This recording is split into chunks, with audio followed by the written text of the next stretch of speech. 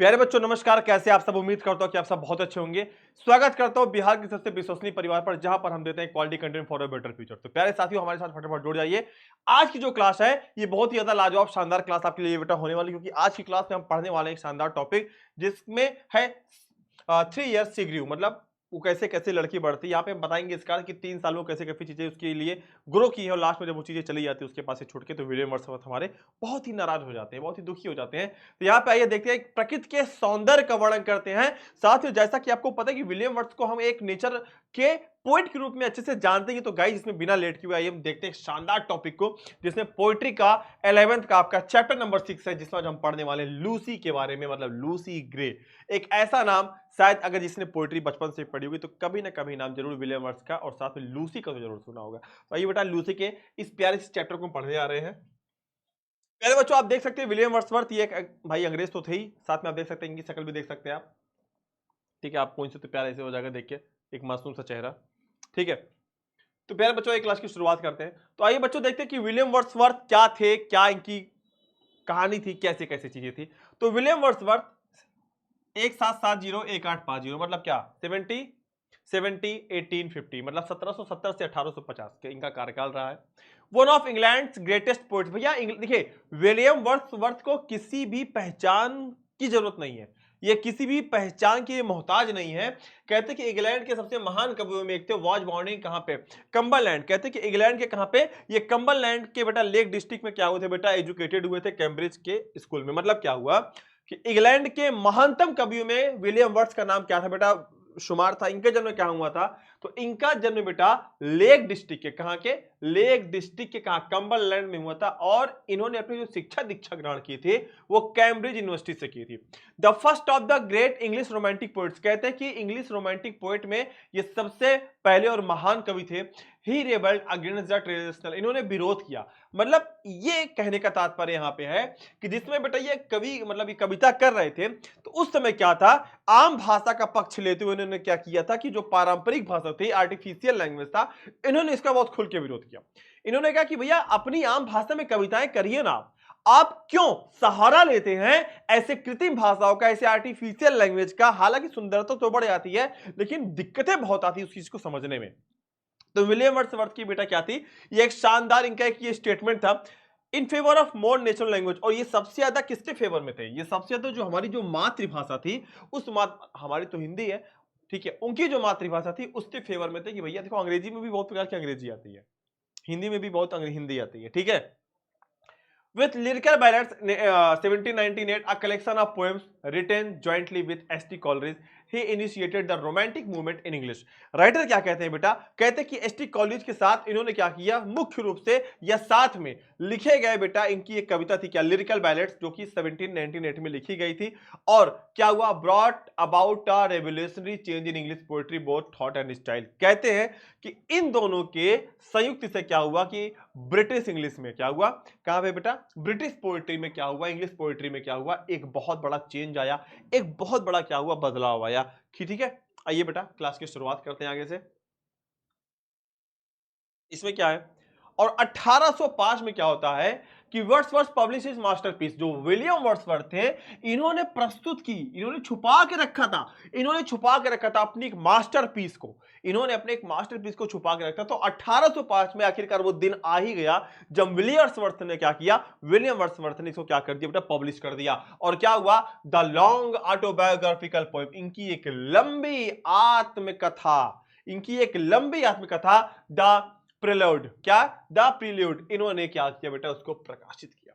Fame and prosperity came slowly but he never wayward in his faith in himself. Writer क्या कहते हैं, fame and prosperity, कहते कि नाम, शोहरत, इज्जत, पैसा सब कुछ आया, लेकिन कैसे आया, धीरे धीरे आया। But he never wayward in his faith in himself, लेकिन उन्होंने कभी भी एक कवि के रूप में कभी भी अपने ऊपर से भरोसा नहीं खोया। वो क्या हुए, वो लगातार काम करते रहे। And his immorality as a poet, और वो अनश्वरता के साथ, मतलब एक लगातार एक तारतम्यता के साथ क्या हुआ, एक पोएट के साथ वो लगे रहे।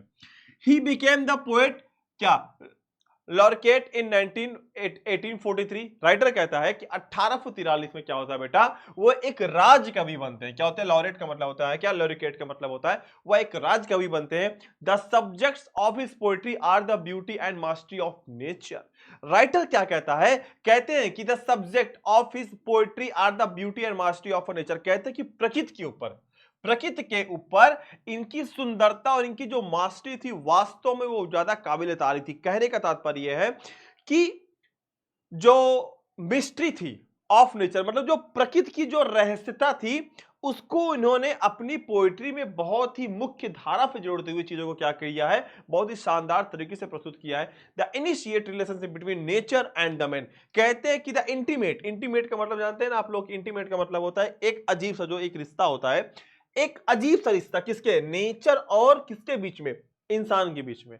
मतलब इंसान और व्यक्ति की, सॉरी, व्यक्ति और नेचर के बीच में इन्होंने बहुत ही खूबसूरत क्या किया है, एक सौंदर्य चरित्र वर्णन किया है। And the life's of the simple rustics, और उन्होंने एक सुंदर और एक सरल सुदृढ़ शब्दों में क्या किया है, अपनी चीजों को प्रस्तुत किया है। तात्पर्य यह है कि मतलब एक साधारण, एक आम, एक अंतरंग संबंध को उन्होंने क्या किया बेटा, अपनी इस कविता में दिखाया हुआ है। He usually looks upon nature as a teacher as it does in the Three Years Tigrew, which forms the celebrated series of the Lucky Poems। कहते हैं कि इन्होंने अपनी पोएम में क्या दिखाया, इन्होंने अपनी पोएम में ये दिखाया है कि लूसी को किस प्रकार से वो 3 साल तक एक प्रकृति गोद में पालते हैं, लास्ट में जब वो मर जाती है तो ये बहुत ज्यादा दुखी हो जाते हैं। तो वैसे भी इनको एक प्रकृति के कवि के रूप में जाना गया, जैसा कि आप सबको पता है, हमको भी पता है। ठीक है, आइए क्लास की शुरुआत करते हैं। प्यारे बच्चों, यहां पे क्या है, कहते कि 3 years she grew in silent summer। Writer कहता है कि जो लूसी है बेटा, क्या है, जो लूसी है वो क्या करती है, वह 3 साल तक, वह 3 वर्षों तक बड़ी हुई, मतलब वो 3 साल तक प्रकृति की गोद में क्या होता है, वो बड़ी होती है। सन एंड शावर का मतलब होता है धूप में, फुहारों में, मतलब चाहे गर्मी, सर्दी, बरसात, सारे मौसमों में क्या हुई, 3 साल तक लूसी प्रकृति की गोद में बड़ी होती है। देन नेचर से, तब नेचर ने कहा, यहां पे क्या, यहां पे थोड़ा सा पर्सोनिफाइड किया गया है नेचर को, मतलब यहाँ पे नेचर को बोलता हुआ दिखाया गया, क्योंकि ये नेचर कवि थे तो इन्होंने नेचर को बुलवाया है। तो प्रकृति क्या बोलती है, प्रकृति को यहाँ पे इन्होंने खुद से ले लिया अगर देखा जाए। द नेचर सेड, नेचर कहता है, a lovelier flower on the earth was never sown, कि इतना प्यारा फूल आज तक इस पृथ्वी पर कभी पैदा नहीं हुआ, वास्तव में इतनी सुंदर लड़की आज तक इस पृथ्वी पर कभी नहीं जन्मी। This child I might to self with make a lady of my own. कहते कि इस बच्ची के साथ, जब ये बच्ची बड़ी हो जाएगी तो क्या करूंगा, यह मेरी बच्ची होगी और इसे मैं क्या बनूंगा, मैं इसे अपनी पसंदीदा क्या बनाऊंगा, औरत बनाऊंगा, और इसे क्या करूंगा, मैं अपनी गोद में ले लूंगा। तो यहां पे ये बताते हैं कि जब 3 साल तक ये प्रकृति, मतलब एक लड़की है लूसी तो 3 साल तक जंगलों में रहती है, उसको प्रकृति ने पाला है। तो यहाँ पे प्रकृति अपने आप को ये वर्ड्स समझ रहा है कि मैंने उसको पाला हुआ है। बात को समझिएगा, ठीक है। आगे कहता है, myself will to my darling to both law and impulses. Writer कहता है प्रकृति क्या चाहता है, प्रकृति चाहता है कि यह जो होगी, यह तो मेरी बेटी होगी या मेरी ये डार्लिंग होगी, be both law and impulse and with me the girl in rock and plain. Writer क्या कहता है, राइटर कहता है कि वास्तव में लॉ एंड इम्पल्स का मतलब यहाँ पे बेटा क्या है हमारा, कहता है कि myself will to my darling, या तो मेरी पत्नी होगी, और साथ में क्या होगा, बोथ लॉ एंड इम्पल्स, मैं इसे क्या सिखाऊंगा, मैं इसे नियम और कानून सिखाऊंगा, और यह मेरे साथ द गर्ल, यह लड़की, इन रॉक एंड प्लेन, चाहे चट्टान हो चाहे मैदान हो, इन अर्थ एंड हेवन, पृथ्वी हो चाहे स्वर्ग हो, इन ग्लेड एंड रावर्स, चाहे वो कुंज, कुंज की गलियां आपने सुना होगा, चाहे वो कुंज हो चाहे वो बावड़ियां हो, ठीक है, shall feel and over seen power the candle of stand. Writer क्या कहता है, कहता है कि वास्तव में आकाश में, जंगल में, खुले स्थानों पर, पेड़ों के बीच, जंगलों के बीच, बावड़ियों के बीच, तालाबों के बीच, हर जगहों पर जो लूसी है वो क्या कर सकेगी, लूसी अपने आप पर नियंत्रण रख सकेगी। उसका मतलब क्या होगा, उसके ऊपर किसका, उसके ऊपर आचरण पर नियंत्रण होगा। प्रकृति उसे समझाएगी कैसे चलना है, कैसे टहलना है, कैसे बोलना है, और साथ में द केल्डर और स्ट्रेन, राइटर कहता है कि और प्रकृति उससे गलत काम करने से रोकेगी। मतलब प्रकृति ये चाहती है कि जो लूसी होगी वो क्या होगी, वो एक नियमों और कानूनों में बंधी होगी, और वह वो जंगल पर, चट्टान पर, पहाड़ों पर, नदियों में, तालाबों पर, हर जगह घूम सकेगी। उसे पता होगा कि मेरे दायरे क्या हैं, उसे पता होगा कि मेरे कानून क्या है, क्योंकि प्रकृति उसे क्या करेगी, पूरी तरीके से क्या करेगी, अपने आप नियंत्रण में रखेगी, और उसे गलत काम करने से क्या करेगी, रोकेगी। She shall be sportive as the fawn। Writer कहता है कि वह हिरन के बच्चे के जैसे क्या होगी, वह हिरन के बच्चे के जैसे चंचल होगी, उसके अंदर चंचलता बहुत ज्यादा होगा।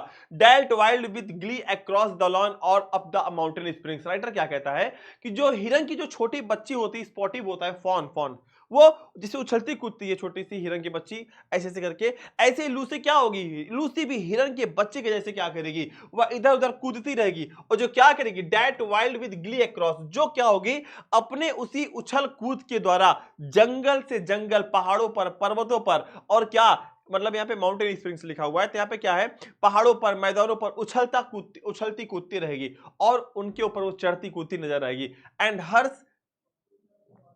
हर silence and the calm of mute insensate things, writer कहता है, और वह शांत कैसे होगी, मतलब उसके अंदर जो गंभीरता होगी, जिस प्रकार से एक पहाड़ खड़ा होता है उसके अंदर गंभीरता होती है, जिस प्रकार से एक पर्वत खड़ा होता है उसके अंदर स्थिरता होती है, वो शांत होता है, उसी प्रकार से लूसी के अंदर क्या होगा, लूसी के अंदर जो गंभीरता होगी, पहाड़ और पर्वत उसे गंभीरता सिखाएंगे, मतलब जानवरों से चलना सीखेगी, बात को समझिएगा, बादलों के जैसे हवा में उड़ना सीखेगी, बात को समझिएगा, मतलब वो नेचर क्या कर रहा है, इसको पूरी तरीके से क्या कर रहा है, पूरी तरीके से इसको मॉडिफाइड कर रहा है कि हाँ वास्तव में जो प्रकृति एक अपना मैन्युफैक्चरिंग देगा वास्तव में देखने लायक होगा। तो राइटर यहाँ पे ये समझाना चाहता है कि लूसी एक हिरन की जो बच्ची छोटी सी होती है, जो बच्चा होता है हिरन का, उसके जैसे चुलबुल होगी, चुलबुल का मतलब क्या, उसके जैसे हवा में, मतलब सारी जमीन पर, पर्वतों पर, मैदानों पर कूदती नजर आएगी, साथ में क्या होगा,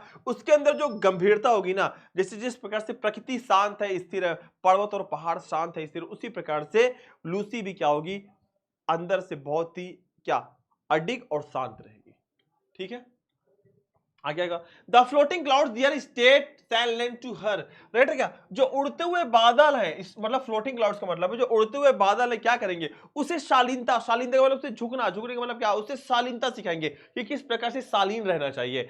and for the willow wind, willow का मतलब था सरपत, आपने गांव में सरपत देखा होगा, जो सरपत के वृक्ष होंगे उसे क्या सिखाएंगे, उसे झुकना सिखाएंगे, झुकने का मतलब किस तरीके से विनम्र होना है, मतलब उड़ते हुए बादल उसे शालीनता सिखाएंगे। और जो यहाँ पे साहतूत भले लिखा हुआ है, लेकिन यहाँ पे होता है विलो का मतलब होता है जो सरपत का वृक्ष होता है, जो सरपत के वृक्ष होंगे उसे विनम्र होना सिखाएंगे, किस प्रकार से झुका जाता है, किस तरीके से लोगों के सामने क्या होता है, अपने अच्छा आचरण प्रस्तुत किया जाता है, और हमेशा थोड़ा सा झुकाव सिखाएंगे कि शालीन कैसे रहना है, विनम्र कैसे रहना है।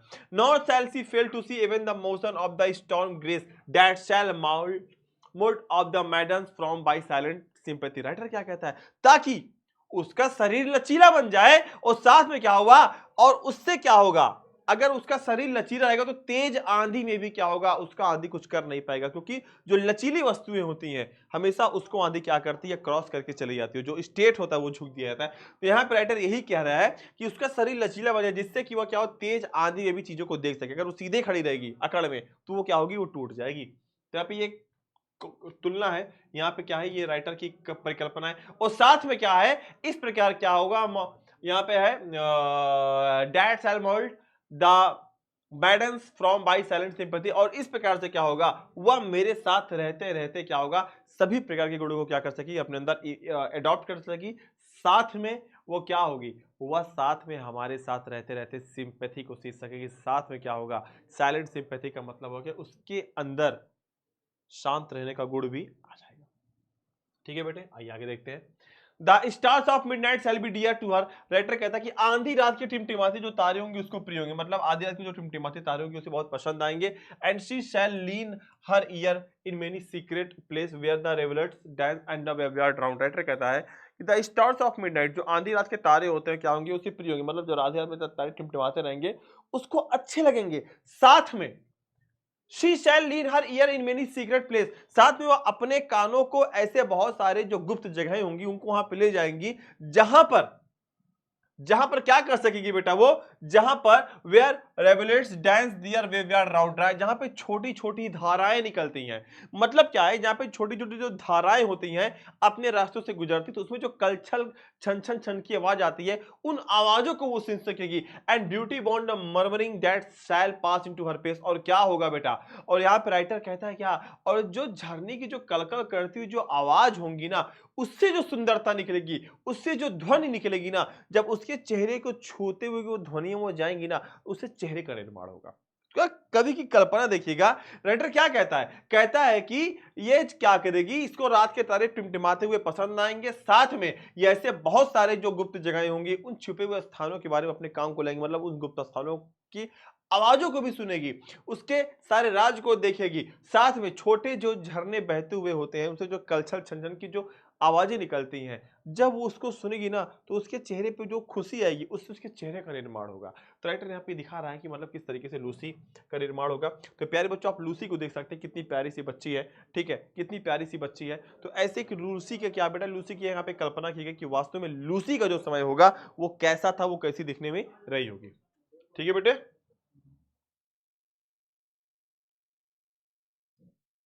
चलो बेटा देख लेते हैं। And vital feelings of delight shall rear her from to stately height her virgin bosom swell.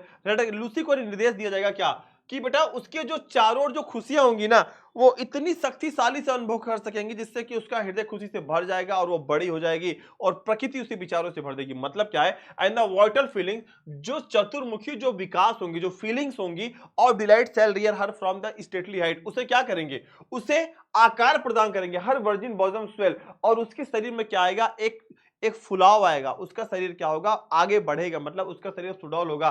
Such thoughts, ऐसे ही विचार, to Lucy I will give, मैं लूसी को दूंगा, while she and I together live here in this happy day, जहां पर मैं और लूसी क्या होंगे, साथ साथ क्या रहेंगे, एक साथ दोनों लोग साथ रहेंगे। तो राइटर यहाँ पे ही कहता है, मतलब लूसी क्या करता है, लूसी को प्रकृति बताता है कि जिस तरीके से वो धीरे धीरे बड़ी होंगी ना तो उसके क्या होंगी बेटा, उसके अंदर क्या होंगी, उसके चारों ओर सिर्फ खुशियां खुशियां होंगी, उसका शरीर शक्तिशाली अनुभव करेगा, उसके शरीर में फुलाव का मतलब होता है कि अब उसके हाथ पांव चौड़े होने लगेंगे, उसका मुंह बड़ा होने लगेगा, ठीक है, अब उसका शरीर क्या होगा, अब वो एक वयस्क महिला के रूप में धीरे धीरे क्या होगा, परिवर्तित होना शुरू हो जाएगा। उसके बाद क्या होगा, जब वो एक परफेक्ट लेडी बन जाएगी तो हम लोग साथ रहेंगे। यहाँ पे विलियम वर्ड्सवर्थ की यहाँ पे कल्पना है बेटा लास्ट पर। इस प्रकार नेचर स्पीक, यहाँ पे प्रकृति कहता है कि द वर्क हैज डन, अब पूरा काम हो चुका है, मतलब अब लूसी को जिस तरीके से हमने सोचा था कि लूसी हमारी ऐसी होगी, अब लूसी को बनाने का पूरा काम हो चुका है। How soon my Lucy rare was run she died and left to me. अब क्या होगा, अब धीरे धीरे लूसी क्या होगी, अब मेरे जो लूसी है, राइटर अभी कहता है कि प्रकृति ने अपना काम वैसे किया जैसे सोचा था, जैसे वो चाहता था कि लूसी का निर्माण ऐसे मैं करूंगा, सेम लूसी को उसने प्रकृति के माध्यम से सारी चीजें सिखा दी है। परंतु दुख की बात क्या है, Lucy left to me in this hate, कहता है कि लूसी ने मुझे इस निर्जन स्थान पर छोड़ के चली गई। हाय, मैं क्या करूंगा, the memory of what has been and never more will be, कहता है कि वास्तव जो मेरे पास एक याद थी अब उसी यादों के सहारे में रहूंगा। यह एक शांत और एक क्या है, एक शांत स्मृति है जो सदैव मेरे साथ बनी रहेगी। मतलब यहां पे राइटर ये बताना चाहता है कि जैसा मैंने सोचा था लूसी के बारे में, लूसी तो ऐसे बन गई है, लेकिन एक एक लूसी मुझे छोड़ के चली गई, मतलब क्या होता है, लूसी मर गई, और जब यहाँ पे बेटा लूसी मर जाती है तो उसके बाद क्या होता है, राइटर पगला जाता है, कहता कि हे ये क्या हो गया, अब मैं लूसी के बिना कैसे रह पाऊंगा, लूसी तो मुझे छोड़ के चली गई है, वास्तव में अब इस स्मृति में इस सुनसान स्थानों पर मैं अकेला रहूंगा, अब मेरे साथ कोई नहीं है, सिर्फ मेरे साथ उसकी एक यादें रहेंगी और यादें हमेशा के लिए वो बनी रहेंगी मेरे साथ में। ठीक है, तो प्यारे बच्चों, आपने देखा कि कितनी प्यारी सी कविता थी, आपने बहुत ही अच्छे से इसको समझा होगा। प्लीज एक बार बेटा सारे बच्चे लाइक सब्सक्राइब शेयर जरूर करेंगे, कमेंट जरूर करके जाना कैसी लगी वो क्लास।